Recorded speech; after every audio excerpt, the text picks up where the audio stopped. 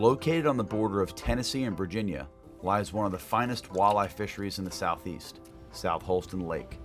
While the majority of this 7,500-acre reservoir is located in Tennessee, 1,600 surface acres of the lake are located in far southwest Virginia. The walleye fishing in Virginia's upper portion of the lake draws in anglers every spring from near and far. So Steve, we're out here on the South Holston River, and this is a pretty unique resource here in southwest Virginia.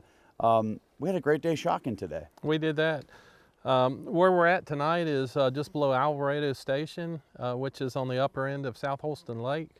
And what we're here to try to experience tonight is some of the walleye run, where we get fish that run up into the South Fork to try to go through the motions of spawning. It congregates them during the months of February and March, and anglers come out and try to catch a walleye. Yeah, and popular. We've got like over a dozen anglers out here tonight trying to get out, and that nighttime seems to be the right time for these fish to spawn. When do you start to see these fish moving in here? You said late February? It's just going to vary depending on, water temperature as well as flow.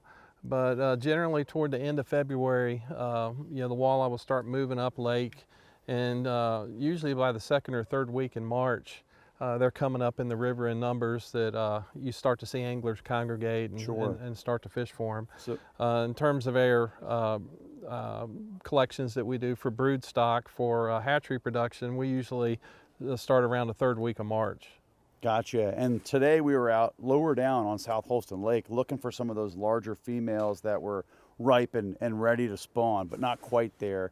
And we ran into a lot of males today too. We did that, and most of the males will congregate in the river system itself, and we'll see those over the next few weeks. So you notice the males kind of show up first? They show up first. The females typically kind of come in afterwards. Yeah, they'll stage down below the trestle area. Yeah. And as they start to ripen, they'll move up when they're ready to spawn. So they don't spend as much time in the river itself as the males will. Sure.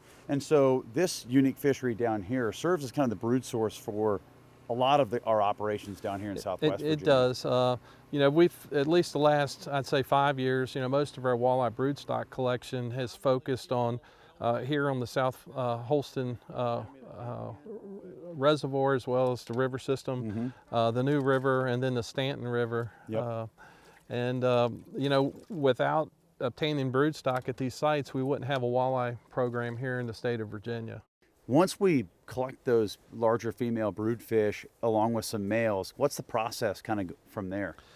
Okay, so we try to get ripe flowing females if possible, but we'll take fish that are what we refer to as green as well, and they may be injected, and these fish, are males and females, are sent back to the Buller Fish Hatchery, and there over the course of a few days, we can generally have those females release their eggs, and we can spawn those fish. Our statewide allocation is around 1 million walleye. It's a big undertaking. Oh, yeah. And it requires folks with the agency from around the state to really chip in and try to collect the fish that we need to make this program the success that it's been. Absolutely. South Holston Lake, it's arguably the best walleye fishery in the state of Virginia. With that said, to maintain the level of the fishery, it still requires hatchery stockings. There's some limited reproduction, but not enough here to maintain the fishery that we've got. And as we can see, this time of the year is popular, especially right around now, kind of getting to that dusk, perfect kind of golden hour here. And we've got anglers lined up along the bank here, getting ready for that sort of evening activity to pick up. And it's not uncommon for folks to fish to 10, 11, midnight out here. Yeah, and some folks will fish all night, but generally at least till late evening. I feel like obviously a great walleye fishery, but we can't forget about all the other cool fishing opportunities out here on South Holston Lake. And from a diversity perspective, God, we saw a lot of really cool predatory fish species today. There's a lot of angling opportunities in South Holston Reservoir. You can fish for smallmouth bass, largemouth bass. You've got rainbow trout, brown trout, lake trout, musky walleye, Yeah, pretty black neat. crappie, channel catfish, flathead catfish. A whole variety of opportunity. We did get that one musky today, which was neat. And then smallmouth fishery. As far as our stillwater opportunities go in Virginia, there aren't a ton of them. South Holston's one of the top. It's probably one of the best, if not the best, smallmouth lake in the state of Virginia. Yeah, excellent opportunities. And then top on largemouth opportunities, and then toothy critters like musky. And then our neighboring agency, the Tennessee Wildlife Resource Agency, stocks lake trout, you were telling me. They do. They stock lake trout and rainbow trout, and we stock brown trout as part of a cooperative agreement. We also tend to stock the walleye in the South Holston, as well as the black crappie. Awesome. So a whole variety of opportunity out here. Different species to target during different times of the year, and one of the most beautiful parts of the state down here in Southwest Virginia. It is. So fishing for walleye out here on the South Holston, or really any of the river systems, Stanton, the New River, when they're running this time of the year, they're really focused on the spawn, but they are territorial. You can catch fish with lures that imitate some of the forage fish that are in the system. Soft plastics are always going to be a good go-to, especially when fished on a jig head, particularly if you're looking for that reaction strike, kind of this time of the day, early low light scenario, early in the evening, or then again early in the morning. I like fishing swim baits on an 1/8 ounce jig head a lot of times in these types of situations.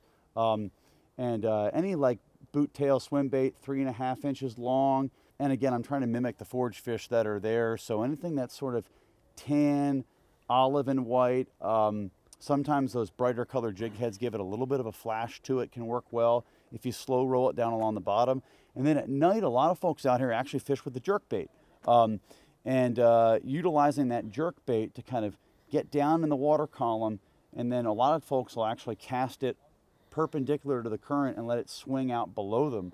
And that jerk bait kind of just gets moving in the water, flashy, and a lot of times those walleye will see the silhouette of that jerk bait above them, and that's another effective tactic for getting these fish.